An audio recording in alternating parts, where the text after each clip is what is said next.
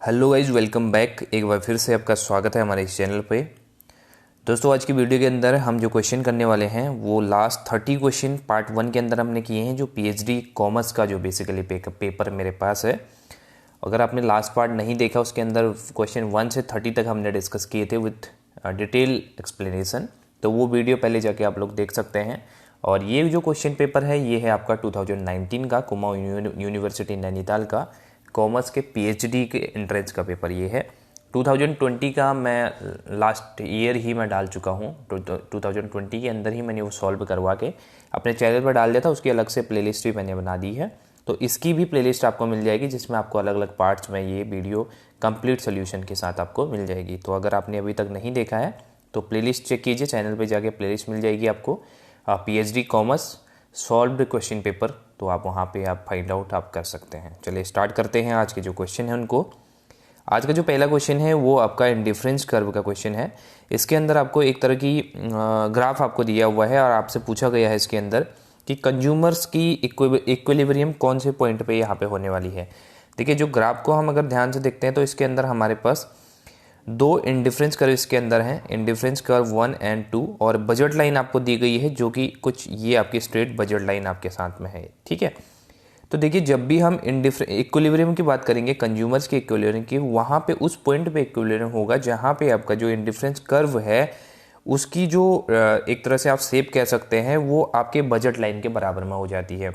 मतलब जो शेप आपके बजट लाइन की है तो वही आपके इंडिफरेंस कर्व की होगी, यानी कि दोनों क्या हो जाएंगे, एक दूसरे के आप कह सकते हैं कि यहाँ पे मिल जाएंगे दोनों। तो वहाँ पे आपके जो पॉइंट है वो आपका कंज्यूमर इक्विलिब्रियम इसके केस में हो जाएगा। तो आप अगर इसमें देख पाएंगे तो साफ साफ जो बी पॉइंट है, आपको बी वाला पॉइंट दिखेगा, यहाँ पे ये कंज्यूमर्स का इक्विलिब्रियम हो जाएगा। ठीक है, क्योंकि यहाँ पे जो शेप आपके देख पा रहे हैं, जो बजट लाइन है उसकी शेप का ही आपका जो इंडिफरेंस कर्व है वो यहाँ पे आपका लाई कर रहा है, इंटरसेक्ट बेसिकली ये कर रहे हैं। ठीक है, चलिए नेक्स्ट क्वेश्चन है, which of the following curves intersects average cost curve at its lowest point from below. अब यहाँ पे बोला गया है कि आपका जो एवरेज कॉस्ट कर्व है उसको जो लोएस्ट पॉइंट पे बिलो से कौन सा कर्व आपका एक तरह से इंटरसेक्ट करता है, ये आपसे पूछा गया। आपके ऑप्शंस हैं variable cost curve, fix cost curve, marginal revenue curve या मार्जिनल कॉस्ट कर्व। तो इसका जो सही आंसर है वो है आपका marginal cost curve. Marginal cost curve जो होता है वो एवरेज कॉस्ट कर्व को हमेशा बिलो से, ठीक है, उसके नीचे से उसको इंटरसेक्ट करता है और उसके लोएस्ट पॉइंट पे। तो इसके केस में हमेशा जो रहता है वो रहता है आपका मार्जिनल कॉस्ट आपका लेस देन रहता है किससे, एवरेज कॉस्ट से। ठीक है, तो ये कंडीशन आपको यहाँ पर याद रखनी है। तो ऑप्शन नंबर डी आपका सही आंसर बनेगा इसमें। नेक्स्ट क्वेश्चन है, in case of the perfect competition. Perfect competition आपकी मार्केट की एक कंडीशन होती है, जिसके जो हमारे मार्केट की कंडीशंस होती है उसमें अलग अलग कंडीशन होती है। जैसे परफेक्ट कंपटीशन होता है, मोनोपोली होती है, मोनोपोलिस्टिक कंपटीशन होता है, ओलिगोपोली होती है। तो ये कुछ मार्केट की कंडीशंस होती हैं, इनकी सर्टेन्स अपनी अजम्पशंस होती हैं, इनकी करेक्टरिस्टिक होती हैं, और कुछ इनके हम कहते हैं कि एक तरह से अजम्पशंस ही हम बोल सकते हैं। तो इसके अंदर आपसे एक जो करेक्टरिस्टिक पूछी गई है कि इसके अंदर एवरेज रेवेन्यू और मार्जिनल रेवेन्यू का जो रिलेशन है वो कैसा रहता है परफेक्ट कंपटीशन के केस में। पहला ऑप्शन है एवरेज रेवेन्यू मार्जिनल रेवेन्यू के बराबर होता है, average revenue is greater than marginal revenue, average revenue less than marginal revenue, या नन ऑफ दी अबव। तो इसके केस में आप हमेशा ध्यान में रखना एवरेज रेवेन्यू आपके मार्जिनल रेवेन्यू के इक्वल होता है परफेक्ट कंपटीशन के केस में।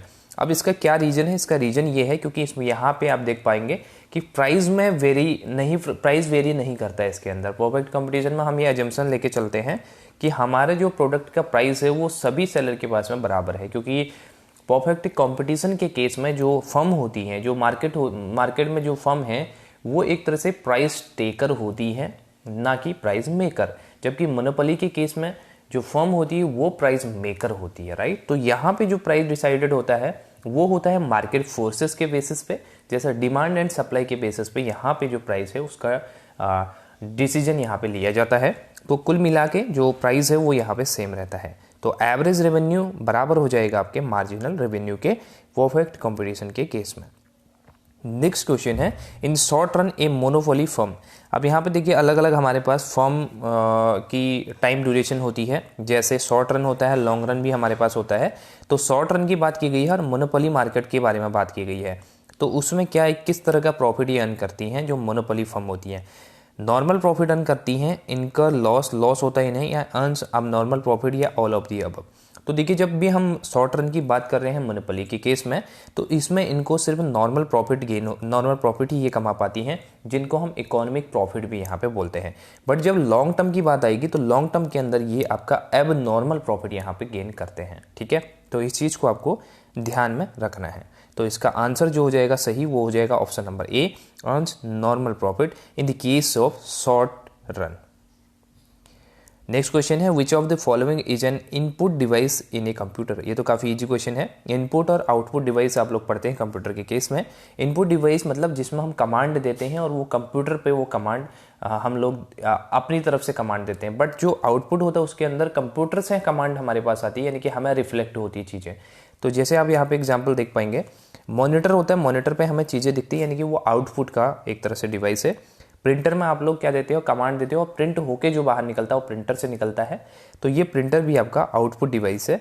स्पीकर से आवाज़ बाहर आती है तो वो आपका क्या हो गया, आउटपुट डिवाइस हो गया। जबकि माउस है आपका, ये आपका इनपुट डिवाइस का पार्ट है, क्योंकि इससे आप एक क्लिक करते हैं, राइट क्लिक लेफ्ट क्लिक जो भी करते हैं, तो आप कंप्यूटर को एक तरह से यहाँ पे कमांड यहाँ पे प्रोवाइड करते हैं। तो कमांड प्रोवाइड करना मतलब आप इनपुट वहाँ पे दे रहे हैं कंप्यूटर को, तो ये इनपुट डिवाइस का फॉर्म हो जाएगा।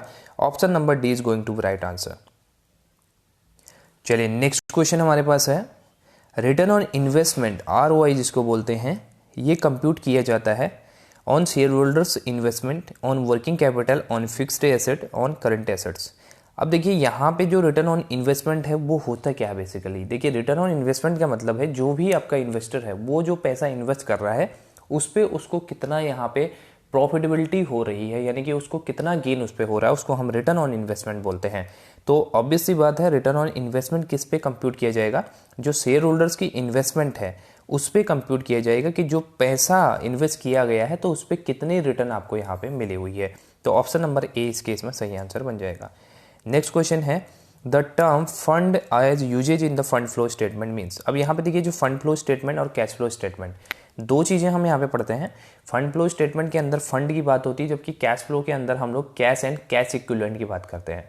ठीक है, तो फंड फ्लो में आपसे पूछा गया है कि फंड मीन्स क्या होता है, क्या कैश होता है, करंट एसेट्स, करंट लाइबिलिटीज, या current assets minus current liabilities. देखिए इसके अंदर दो हम एक तरह से दो टर्म्स में बात करते हैं। एक तो नैरो सेंस में बात करेंगे, एक ब्रॉडर सेंस में। नैरो सेंस में अगर हम फंड को लेके चलते हैं तो फंड का सीधा सीधा मतलब हमारे कैश से होता है, जबकि नैरो सेंस में है। जबकि हम एक ब्रॉडर सेंस में बात करें तो फंड का मतलब हमारा होता है एक तरह से current assets minus current liability, जो कि आपकी वर्किंग कैपिटल होती है। वर्किंग कैपिटल का फॉर्मूला आपका क्या रहता है, current assets minus current liabilities, ये आपका फॉर्मूला है वर्किंग कैपिटल का। तो वर्किंग कैपिटल को ही हम लोग फंड कहते हैं in case of fund flow statement.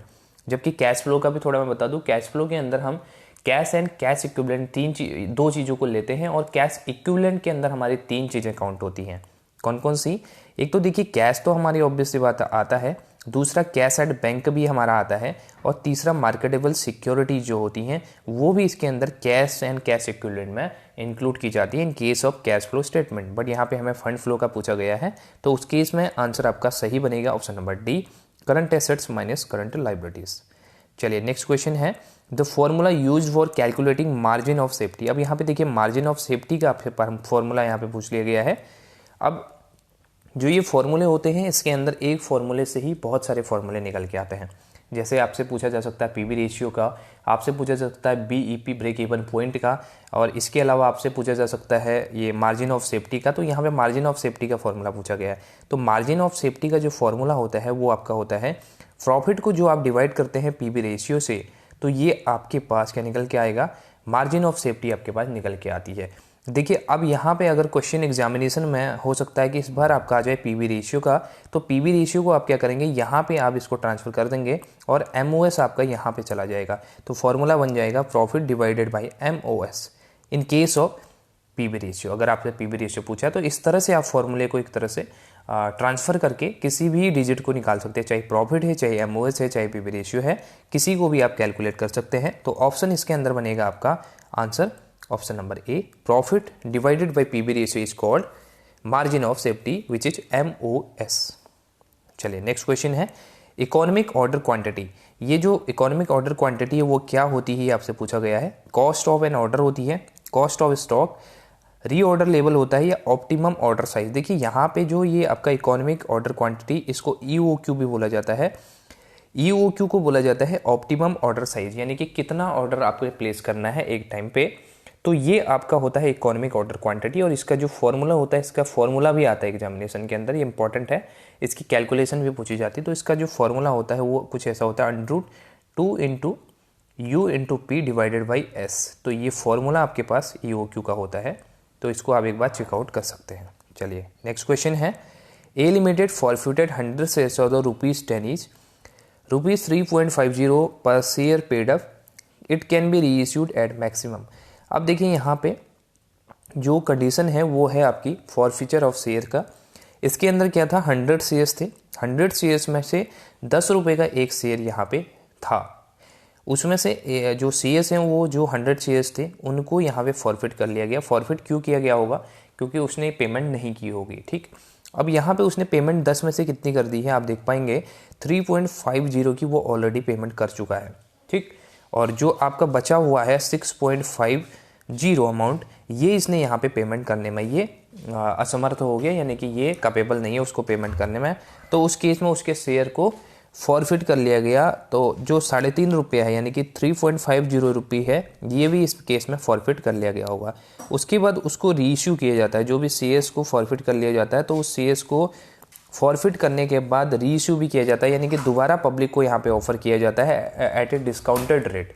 ठीक, उसको उससे कम प्राइस में हम लोग यहाँ पे री इश्यू करते हैं। तो आपसे पूछा गया है मैक्सिमम कितने रुपए का किया जा सकता है, तो इसमें एक चीज़ आपको ध्यान में रखनी है, हम रीइश्यू पे सिर्फ उतना ही डिस्काउंट दे पाएंगे जितना कि हमने अमाउंट को फॉरफिट किया है। ठीक है, फॉरफिट किया है हमने कितना, 3.50 रुपीज़ हमने यहाँ पे फॉरफिट का अमाउंट हमें मिला है, यानी कि हमने वो अमाउंट जब्त कर लिया जो हमें रिसीव हुआ था। तो ये ₹3.50 का हम मैक्सिमम यहाँ पे क्या दे सकते हैं, डिस्काउंट दे सकते हैं। तो 10 रुपीज़ का था, इसमें से अगर आप ₹3.50 का आपने डिस्काउंट दिया तो 6.5 का आप यहाँ पे क्या कर सकते हैं, वो सीएस को री इश्यू यहाँ पे कर सकते हैं। तो आंसर आपका बनेगा ऑप्शन नंबर बी, 6.5 रुपीज़। चलिए नेक्स्ट क्वेश्चन है हमारे पास, the net profit will be maximum when. अब यहाँ पे बोला गया है आपसे कंट्रीब्यूशन से आपको कंबाइन, एक तरह से आपको कंपेयर किया जा रहा है नेट प्रॉफिट को, और बोला गया है कि नेट प्रॉफिट कब मैक्सिमम होगा, जब कंट्रीब्यूशन मैक्सिमम होगा तब। कंट्रीब्यूशन मिनिमम होगा, फिक्स कॉस्ट इंक्रीज करती है, fix cost remains the same. अब यहाँ पे देखिए, जब कंट्रीब्यूशन के केस में देखते हैं तो कंट्रीब्यूशन सबसे पहले होता क्या है, जब हम क्या करते हैं, सेल्स हमारे पास होती है, उसमें से हम अपने वेरिएबल कॉस्ट, जितने भी हमारे वेरिएबल कॉस्ट है उनको माइनस कर देंगे तो हमारे पास कंट्रीब्यूशन निकल के आता है। उस कंट्रीब्यूशन में से अगर आप फिक्स कॉस्ट को माइनस कर देते हैं तो वो हमारे पास प्रॉफिट की अमाउंट यहाँ पे निकल के आती है। तो ये जो फॉर्मूला है ये कंप्लीट फॉर्मूला इसका होता है। अब इस केस में अगर आप देख पाएंगे, अगर हमारा कंट्रीब्यूशन ज़्यादा है तो ऑब्वियस सी बात है हमारा प्रॉफिट भी यहाँ पे ज़्यादा होगा। तो जहाँ पे कंट्रीब्यूशन मैक्सिमम होगा वहाँ पे आपका प्रॉफिट भी मैक्सिमम होगा, क्योंकि इसके साथ हम दो यहाँ पे कंडीशंस भी लेके चल सकते हैं, लेकिन यहाँ पे एक ही चूज करना है, क्योंकि कंट्रीब्यूशन आपका मैक्सिमम होगा और दूसरा फिक्स कॉस्ट को आपको एक तरह से फिक्स रखना पड़ेगा और वो वेरी नहीं करनी चाहिए, रिमेन्स द सेम, मतलब सेम होना चाहिए। बट यहाँ पे जो मोस्ट अप्रोप्रिएट आंसर मेरे अकॉर्डिंग बन रहा है वो है आपका ऑप्शन नंबर ए, क्योंकि कंट्रीब्यूशन को अगर हम 10 रखते हैं, ठीक, फिक्स कॉस्ट मान के चलते कि हमेशा फिक्स है, 10 हमारे पास अभी कंट्रीब्यूशन है, फिक्स कॉस्ट हम मान के चलते 5 है, तो हमारे पास क्या निकल गएगा, प्रॉफिट हमारे पास 5 निकल के आएगा। अगर इस 10 को बढ़ा दूं, मैं यहाँ पे 20 कर दूं, तो उसके बाद अगर मेरे पास फिक्स कॉस्ट फिर भी 5 ही रहने वाली है, तो अब मेरे पास 15 आ गया, यानी कि जितना मैं कंट्रीब्यूशन को बढ़ाऊंगा उतना मेरा प्रॉफिट यहाँ पे इंक्रीज करने वाला है। तो ये नेट प्रॉफिट के केस में कंट्रीब्यूशन जितना ज़्यादा होगा उतना ही हमारा प्रॉफिट भी ज़्यादा होगा। अगर आपको लगता है इसका आंसर कुछ और है तो आप कमेंट बॉक्स में ज़रूर बताएं। ऑप्शन नंबर ए मेरे अकॉर्डिंग इसका सही आंसर होना चाहिए।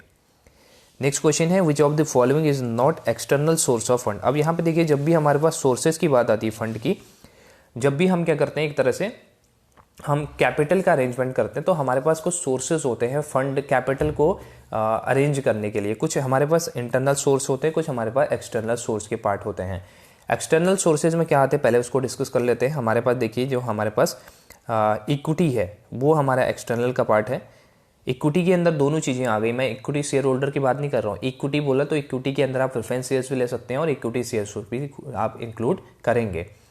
उसके बाद मैंने बोला डेट है मेरे पास, और मेरे पास तीसरा है बोरोइंग का ऑप्शन है। ठीक, ये तीन सोर्सेस हैं मेरे पास जो कि आपके एक्सटर्नल सोर्स हैं। हम बाहर से पैसा ले रहे हैं तो ये तीनों एक्सटर्नल सोर्स का पार्ट है।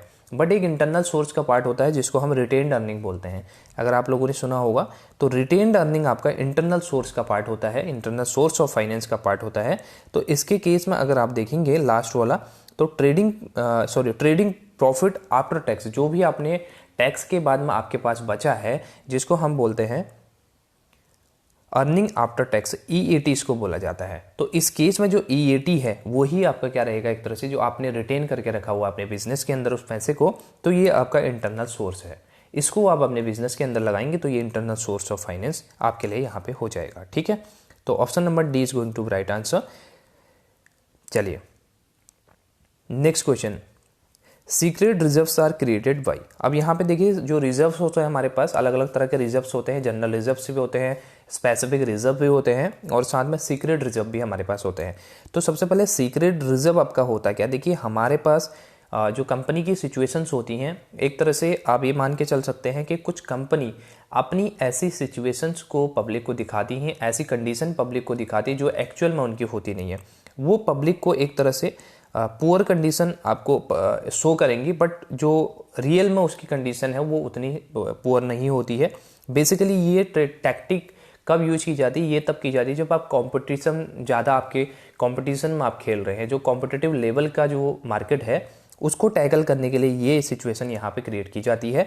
तो इसमें आपको अपनी कंपनी को एक तरह से हम कह सकते हैं कि अंडर स्टेटेड दिखाना होता है। अंडर स्टेटेड का मतलब जैसी आपकी सिचुएशन है उससे कम पे आपको दिखाना होता है, यानी कि बुरी कंडीशन पे आप दिखाते हो बट एक्चुअल में आपकी पोटेंशियल कहीं उससे ज़्यादा होती है। तो इसको बोला जाता है सीक्रेट रिजर्व। इसके अंदर कुछ पैसा मेंटेन करके रखा जाता है जो कि आउटसाइडर को या हमारे फाइनेंशियल स्टेटमेंट में वो रिजर्व कहीं भी शो नहीं किया जाता है। ठीक है, तो इसकी जो तरीके हैं वो किसके द्वारा किया जाता है, ये सीक्रेट रिजर्व ये पूछा गया है। देखिए ट्रांसफर टू जनरल रिजर्व नहीं, और आपके ये C&D भी ये नहीं होता। ये प्रोवाइडिंग एक्सेसिव डेप्रिसिएशन, देखिए आप क्या कर रहे हैं, प्रोवाइड कर रहे हैं किसी भी एसेट पे एक्सेसिव डेप्रिसिएशन, आप ज़्यादा डेप्रिसिएशन किसी एसेट पे लगा रहे हैं। तो उसका मतलब ये है कि उतनी डेप्रिसिएट वो एसेट रियल में हुई नहीं है। आपने देखिए यहाँ पे जैसे उसकी आपने 40,000 का था एसेट आपकी, उस पर आपके 10,000 आपने मान लेते हैं कि आपने डेप्रिसिएशन लगाया, बट जो एक्चुअल डेप्रिसिएशन उसका बन रहा था वो अराउंड 5,000 बन रहा था। तो जो ये 5,000 आपने एक्सेस इस पे डेप्रिसिएशन दिखाया है वो आपका सीक्रेट रिजर्व का पार्ट है। वो आपके डेप्रिसिएशन में दिखेगा बट एक्चुअल डेप्रिसिएट जो वैल्यू हुई है वो 5,000 की ही हुई है आपकी एसेट की। तो ये होता है आपका सीक्रेट रिजर्व का पार्ट। तो ऑप्शन आपका बी इस केस में सही बनेगा। चलिए नेक्स्ट क्वेश्चन है, which of the following is not a cash inflow. अब हम जब कैश फ्लो स्टेटमेंट पढ़ते हैं तो उसके अंदर दो एक्टिविटी देखते हैं, cash inflow and cash outflow. देखिए कैश इनफ्लो क्या होता है, जब भी हमारे पास कैश आता है तो हम कैश इनफ्लो बोलते हैं। जब भी हमारे पास से कैश जाता है, हमारे बिजनेस के अंदर से कैश जाता है तो हम कैश आउटफ्लो यहाँ पे बोलते हैं। तो इसमें से कौन सा कैश इनफ्लो नहीं है, देखिए डिक्रीज इन क्रेडिटर्स। अगर डिक्रीज इन क्रेडिटर्स है तो ऑब्वियस सी बात है आपने कहीं ना कहीं अपने क्रेडिटर्स का पेमेंट किया होगा। दूसरा decrease in debtor. Decrease in debtor मतलब डेटर वो होते हैं जिन्होंने आपको पैसा देना है। अगर उन्होंने पैसा देना है, अगर उन्होंने पैसा दे दिया तो ये आपका क्या है, डेटर्स आपके कम हो गए, यानी कि आपके पास पैसा आया। तीसरा issue of share. Issue of shares में आपके पास पैसा आता है।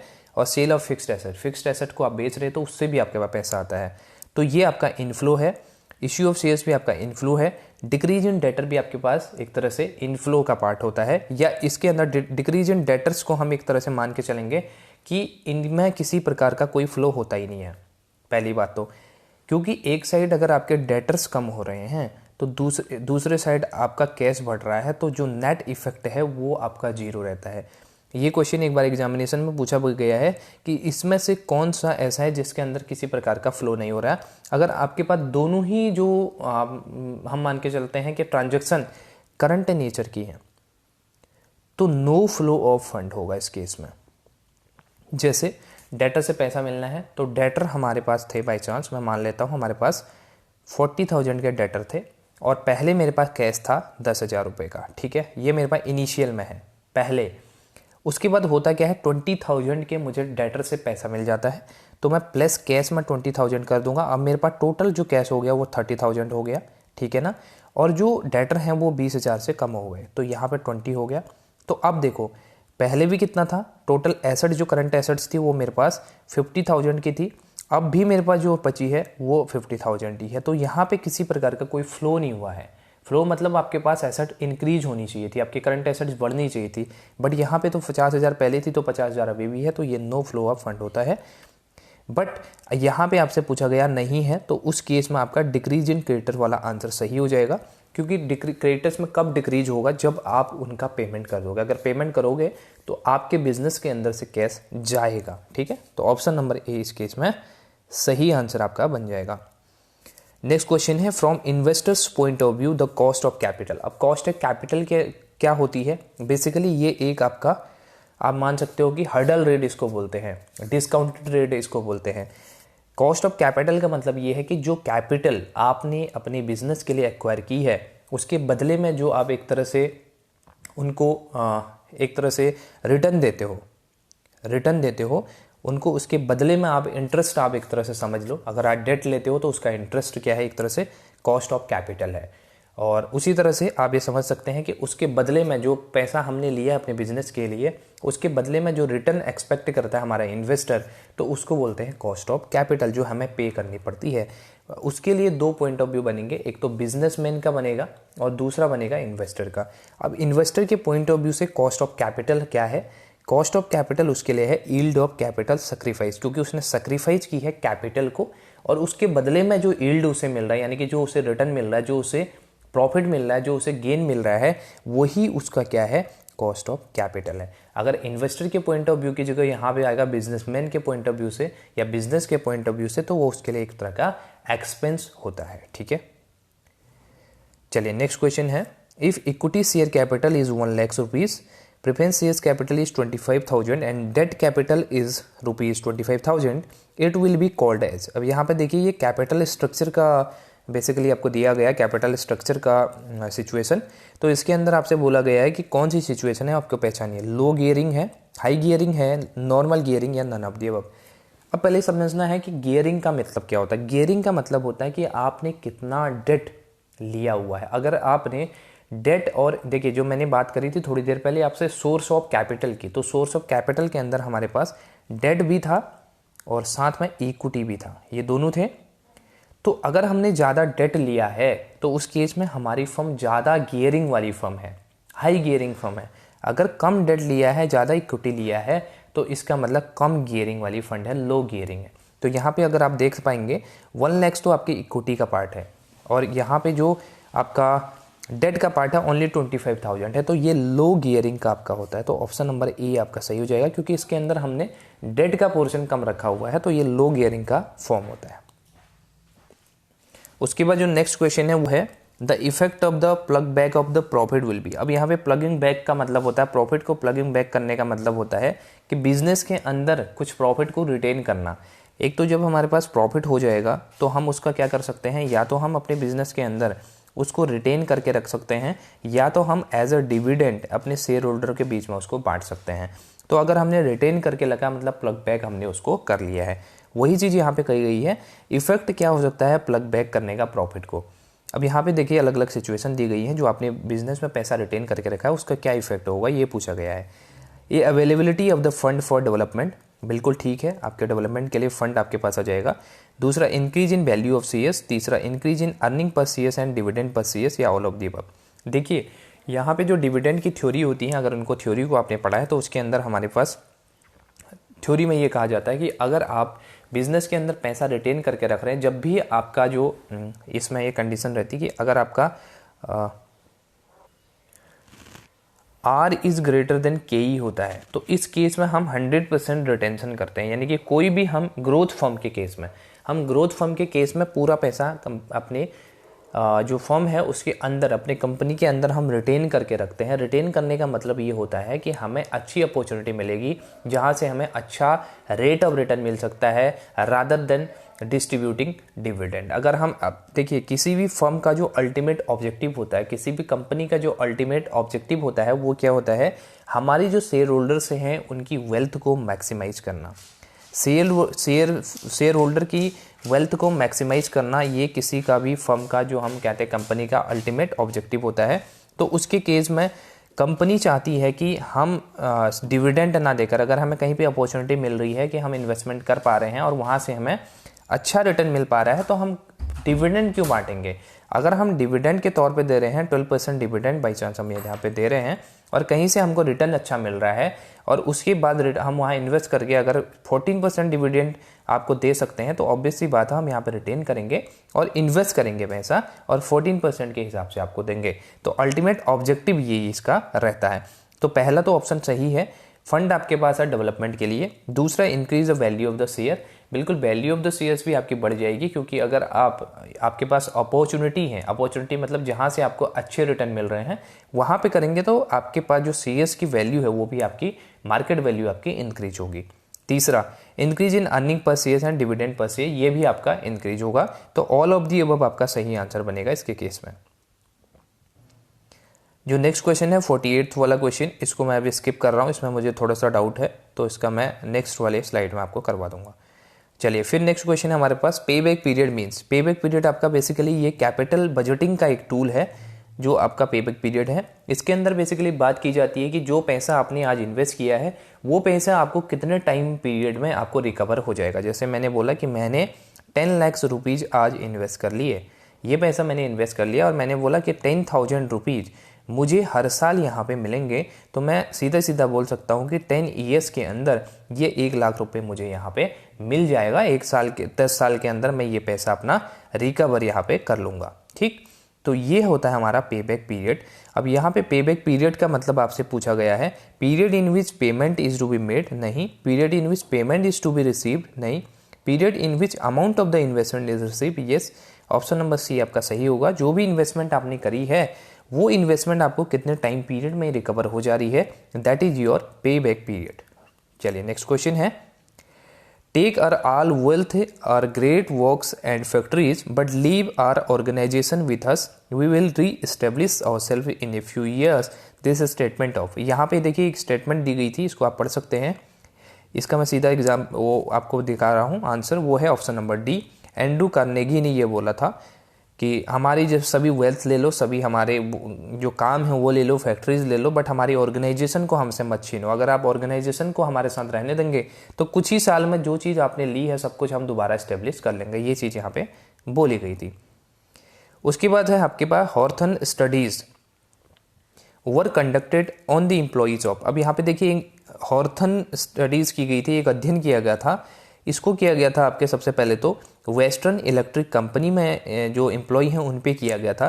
और ये जो हॉर्थन स्टडीज़ है इसका जो मेन ऑब्जेक्टिव है वो ये था कि वर्किंग कंडीशन का आपके एम्प्लॉय के ऊपर में क्या इन्फ्लुएंस होता है, इसको स्टडी किया गया था। मतलब कि आपके जैसे वर्किंग कंडीशन लाइक जैसे लाइटिंग है, इसके अलावा अदर फैसिलिटीज़ है, आपके इन्वायरमेंट है, तो उसका एम्प्लॉयज की इफ़िशियंसी यानी कि कार्य क्षमता पे क्या प्रभाव पड़ता है, ये एक्सपेरिमेंट किया गया। यानी कि पहले आपके एम्प्लॉय को कम लाइटिंग दी गई, कम लाइटिंग के अंदर काम करने को कहा गया तो उनकी इफिशियंसी देखी गई। फिर उनको लाइटिंग प्रॉपर दी गई तो उसकी इफिशियंसी देखी गई। उसी तरीके से आपको एक तरह से बहुत सारी चीज़ों में, जैसे इन्वायरमेंट अगर अच्छा साफ सुथरी जगह पे काम करने को दिया गया तो उसकी इफिशियंसी देखी गई, और गंदी जगह पे काम करने को दिया गया तो उसकी इफिशियंसी देखी गई।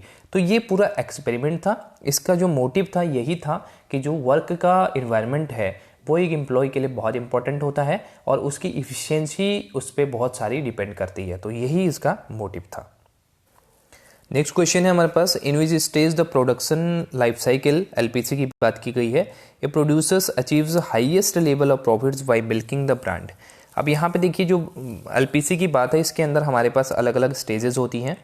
पहले इंट्रोडक्शन की स्टेज होती है, फिर ग्रोथ की आती है, फिर मैच्योरिटी की आती है, डिक्लाइन की आती है। इंट्रोडक्शन स्टेज का मतलब होता है कि जहाँ पे आप अपने प्रोडक्ट को मार्केट के अंदर इंट्रोड्यूस कर रहे हैं, आपका नया प्रोडक्ट है और मार्केट के अंदर हम उसको इंट्रोड्यूस कर रहे हैं। ग्रोथ का मतलब होता है कि आपका प्रोडक्ट इंट्रोड्यूस हो गया है, अब आपके प्रोडक्ट में ग्रोथ होनी स्टार्ट हो गई है, यानी कि आपके प्रोडक्ट से की सेलिंग अच्छी खासी सेलिंग होनी स्टार्ट हो गई है। मैच्योरिटी का मतलब होता है कि एक टॉप लेवल पे आपका प्रोडक्ट पहुंच गया है, जितनी हाईएस्ट डिमांड पे आपका प्रोडक्ट पहुंचना था वहां पे आपका प्रोडक्ट पहुंच चुका है। और डिक्लाइनिंग का मतलब होता है कि आपका ऑब्सोल्यूट आपका प्रोडक्ट होने लगा है, यानी कि आपके प्रोडक्ट की डिमांड हाईएस्ट लेवल पे पहुंचने के बाद धीरे धीरे धीरे कम होने लगी है। इसका कुछ कर्व इस तरह का आप बना सकते हैं इंट्रोडक्टरी, और ये आपका इस तरह का कर्व यहाँ पे बनेगा। ये आपका इंट्रोडक्टरी लेवल होता है, धीरे धीरे आपके ये ग्रोथ होती है और ये यहाँ पे मैच्योरिटी की स्टेज आ जाती है और धीरे धीरे फिर डिक्लाइनिंग की तरफ यहाँ पे आ जाता है, जो आपका नीचे को कर्व बन रहा है। ठीक है, तो आपसे पूछा गया है कि इसके अंदर हाईएस्ट लेवल ऑफ प्रॉफिट कौन सी स्टेज में होता है, तो इसका मेरे अकॉर्डिंग इसका सही आंसर होना चाहिए ग्रोथ, क्योंकि ग्रोथ के अंदर ही आप सबसे ज़्यादा प्रॉफिट गेन यहाँ पे कर सकते हैं। Which animal is shown in the symbol of the Make in India scheme by Government of India? अब यहाँ पे बोला गया है मेक इन इंडिया के स्कीम के अंदर जो सिंबल है वो किस चीज़ का लगाया गया है, वो सिंबल के अंदर किस चीज़ का जो जानवर है एनिमल है वो रखा गया है, तो सीधा सीधा लायन है। मेक इन इंडिया पे आप लोगों ने देखा होगा। अब है डेगमार DAGMAR approach of advertising was presented by. अब ये जो डेगमार अप्रोच है वो किसने प्रेजेंट की थी, वो की थी आपके रसल एच कॉली ने की थी इसको। और लेकिन इसका जो फुल फॉर्म है वो आपके लिए जानना जरूरी है। इसका फुल फॉर्म क्या होता है, देखिए यहाँ पे डी है, डी फॉर होता है डिफाइन, ए फॉर होता है एडवर्टीजमेंट, फिर आपका जी फॉर होता है गोल्स फॉर,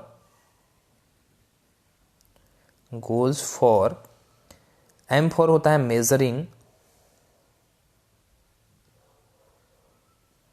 और ए फिर आपका एडवर्टीजमेंट से ही है, और ई से आपका होता है एक तरीके से आर से आपका होता है रिजल्ट।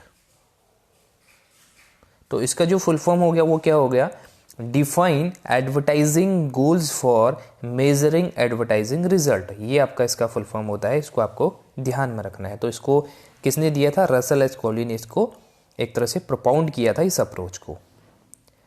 नेक्स्ट क्वेश्चन है under the production concept of the marketing the sale of the product depends upon.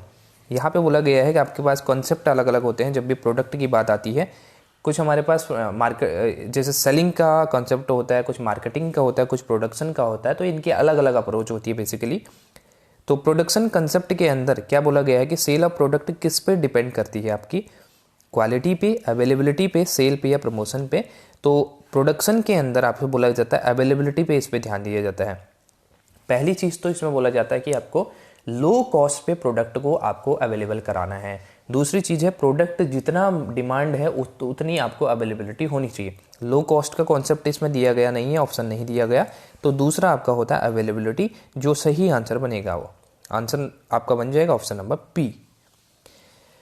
Next question है a diverse collection of the incentive tools mostly short term design to stimulate quicker और greater purchase by consumers is known as. अब यहाँ पे देखिए ये बोला गया है आपके, इसमें दो तीन चीज़ें दी गई हैं। एक तो आपका ये है collection of the incentive tools, और दूसरा बोला गया है ये आपके शॉर्ट टर्म पीरियड के लिए होता है। और किस चीज़ के लिए होता है, स्टिमुलेट करने के लिए क्विकर और ग्रेटर परचेज, यानी कि ज़्यादा परचेज करें कस्टमर, उनके लिए शॉर्ट टर्म पीरियड के लिए जो हम एक तरह से इंसेंटिव देते हैं, इंसेंटिव के टूल होते हैं, उनको क्या कहा जाता है, तो उनको बोलते हैं यहाँ पे सेल्स प्रमोशन, उसको यहाँ पे बोला जाता है। जिसके अंदर हम कुछ उनको सेलिंग जो परचेजिंग करते हैं उसके बाद कुछ ना कुछ हम एक तरह से ऑफर उनको देते हैं। तो ये सेल्स प्रमोशन का पार्ट होते हैं ताकि लोग ज़्यादा से ज़्यादा सामान यहाँ पे खरीदें। तो option number A is going to be right answer. चलिए नेक्स्ट क्वेश्चन है under this policy a seller firstly shows lower price goods and tries to sell higher price goods by explaining demerits of the lower price goods. अब देखिए यहाँ पे जो policies होती हैं, pricing की अलग अलग पॉलिसीज होती हैं। इसके अंदर आपसे पॉलिसी पूछी गई है, एक ऐसी पॉलिसी होती है जिसके अंदर आपको दुकानदार सबसे पहले तो सस्ता प्रोडक्ट दिखाता है, ठीक है। सस्ता प्रोडक्ट दिखाने के बाद वो महंगे प्रोडक्ट की तरफ जाता है और उसके बाद महंगे प्रोडक्ट को दिखाने के बाद वो सस्ते वाले प्रोडक्ट की एक तरह से कमियां बताने लगता है कि इसके अंदर ये है। जैसे मैंने बोला कि मुझे शर्ट लेनी थी और मैं 2 शर्ट ली। मैंने एक शर्ट थी मेरे पास 500 की, एक शर्ट उसने दिखाई 2000 की। पहले उसने मुझे सिर्फ 500 की शर्ट दिखाई, तो वहाँ पे ताकि ज़्यादा कस्टमर वहाँ पे आ जाएं, उसने 500 की निकाली। और उसके बाद जैसे ही उसने बोला कि मैं एक और शर्ट दिखाता हूँ आपको, बहुत अच्छी क्वालिटी का है, ब्रांडेड शर्ट है, 2000 रुपीज़ की है। अब जो 500 वाली आप ले रहे हैं उसके अंदर आपको ये नहीं मिलेगा, उसके अंदर कपड़ा सही नहीं है, उसके अंदर अगर आप ज़्यादा यूज करेंगे धोएंगे तो उसका कलर निकल जाएगा, ब्ला ब्ला, ये सब चीज़ें उसने बोल दी। तो कहने का मतलब ये, उसने जो इंट्रोडक्टरी हमें प्रोडक्ट दिखाया वो 500 का दिखाया, और जो धीरे धीरे उसने एक तरह परसुएट करना स्टार्ट किया वो 2000 की तरफ को एक तरह से वो ले गया हमें। तो ऑब्वियस सी बात है इसमें आदमी कौन सा परचेज करने पे ज़्यादा ध्यान देगा, 2000 पे, क्योंकि वो फोकस उसी पे करेगा और बुराइयां करने लगेगा 500 वाली जो शर्ट है उसकी। तो ये प्राइसिंग पॉलिसी आपकी क्या कहती है, इसको बोलते हैं बेड प्राइसिंग पॉलिसी। तो ऑप्शन नंबर ए आपका इसके अंदर सही आंसर बन जाएगा।